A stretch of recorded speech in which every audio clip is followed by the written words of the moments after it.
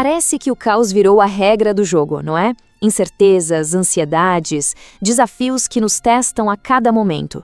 Hoje, a gente vai buscar lá atrás, numa sabedoria antiga, as ferramentas para forjar um verdadeiro escudo mental contra as tempestades da vida. E essa é a grande pergunta, não é? A pergunta que fica ecoando na cabeça de tanta gente.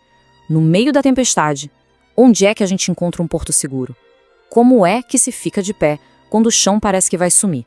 O mais incrível é que a resposta não está em alguma tecnologia nova ou na última moda de autoajuda.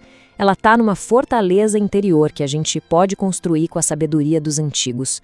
Uma filosofia que, olha só, deu força para imperadores e deu liberdade para escravos. Então vamos começar pela base, pela fundação desse escudo mental.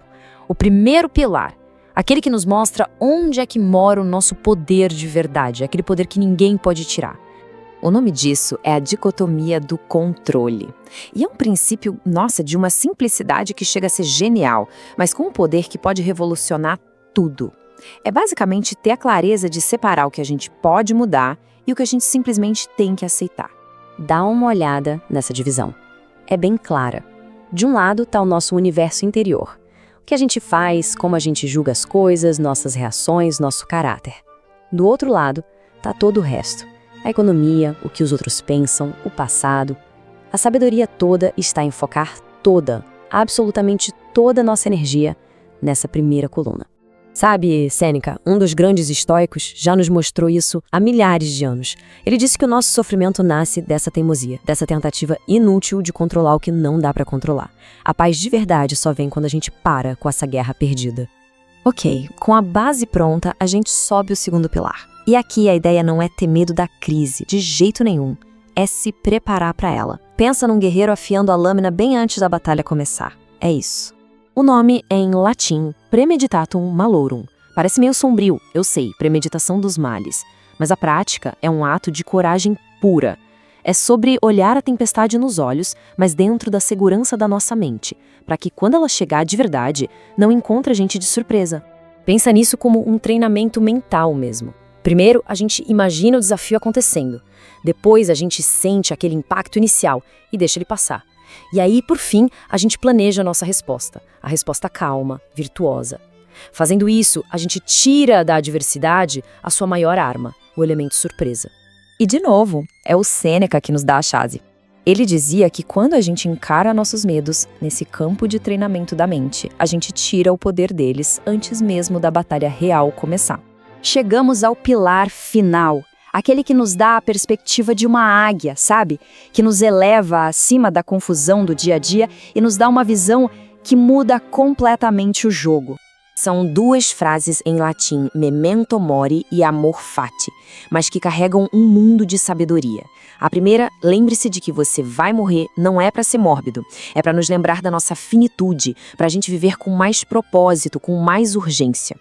A segunda, ame seu destino, é um convite para a gente amar cada coisinha que acontece na nossa vida, porque cada uma delas nos transforma.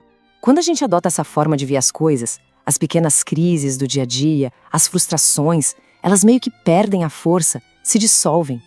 Cada obstáculo deixa de ser uma parede e se torna o que ele realmente é, uma chance de praticar a virtude, de crescer, de ser melhor. Ok, a teoria é linda, eu sei. Mas e na prática? Como é que a gente traz esses pilares para a nossa selva de pedra de hoje, para o nosso dia a dia corrido? Pensa só, tá passando por uma crise financeira? A gente foca no nosso orçamento, em cortar gastos, em buscar uma renda extra, não no mercado de ações global. Tá num conflito com alguém? A gente se prepara para ter uma resposta calma, em vez de tentar controlar a reação da outra pessoa. E diante de uma perda, a gente abraça a lição, amando o destino que nos faz mais fortes. Isso é a filosofia na prática. E quando a gente junta esses três pilares, o resultado não é só um escudo. A gente constrói uma verdadeira fortaleza interior, uma cidadela que nenhuma força externa consegue invadir. E aqui tem um ponto-chave. Os estoicos falam sobre indiferença. Mas calma, não é ser apático, muito pelo contrário. É a sabedoria de entender que as coisas externas, como dinheiro ou saúde, são só circunstâncias. Algumas são preferíveis, claro, mas nenhuma delas é essencial.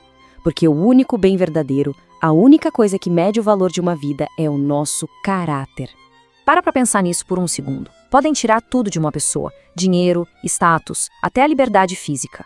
Mas ninguém, força nenhuma no universo, pode obrigar essa pessoa a ser desonesta ou covarde. O nosso caráter, essa é a nossa fortaleza interior, inexpugnável. Tudo bem, mas como é que a gente faz para transformar essa filosofia em algo real? Como fazer dessa sabedoria não só algo que a gente sabe na cabeça, mas algo que a gente vive todo santo dia?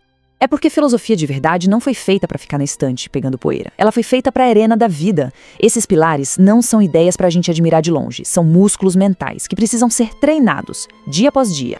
E o treino pode começar de um jeito bem simples. Olha só, todo dia, ao longo do dia, se pergunte, isso aqui está sob o meu controle? Uma vez por semana, tire um tempinho para visualizar um desafio. E a todo instante mantenha a perspectiva. A vida é curta, então vamos viver com intensidade. E o destino, ele não é um inimigo, é um professor, sempre. E se a gente olhar para a história, vamos ver que não estamos sozinhos nisso. Temos o imperador Marco Aurélio, que escreveu suas meditações no meio de guerras e pragas. Temos Epicteto, que era um escravo, mas encontrou a liberdade dentro de si. E mais perto de nós, Nelson Mandela. Até atletas e empreendedores de hoje usam esses mesmos princípios para se manterem firmes. Olha, a crise vai vir, a vida é assim. Ela sempre nos apresenta tempestades. A única pergunta que realmente importa não é se a tempestade vai vir, mas como a gente vai enfrentá-la. E com uma fortaleza interior, erguida sobre estes pilares, a gente não precisa ser vítima do destino. A gente pode ser mestre da nossa própria resposta. Sabe como é? Toda grande muralha, toda grande fortaleza começa com uma única pedra. Olhando para esses 3 pilares, qual deles será a primeira pedra que você vai assentar na construção da sua fortaleza interior a partir de hoje? A escolha, esse já é o primeiro ato de poder. Se esta cápsula de conhecimento expandiu sua mente, há muitas outras a serem descobertas. Inscreva-se e ative as notificações para não perder a próxima dose de reflexão. Sua perspectiva é importante. Deixa nos comentários. Até a próxima cápsula.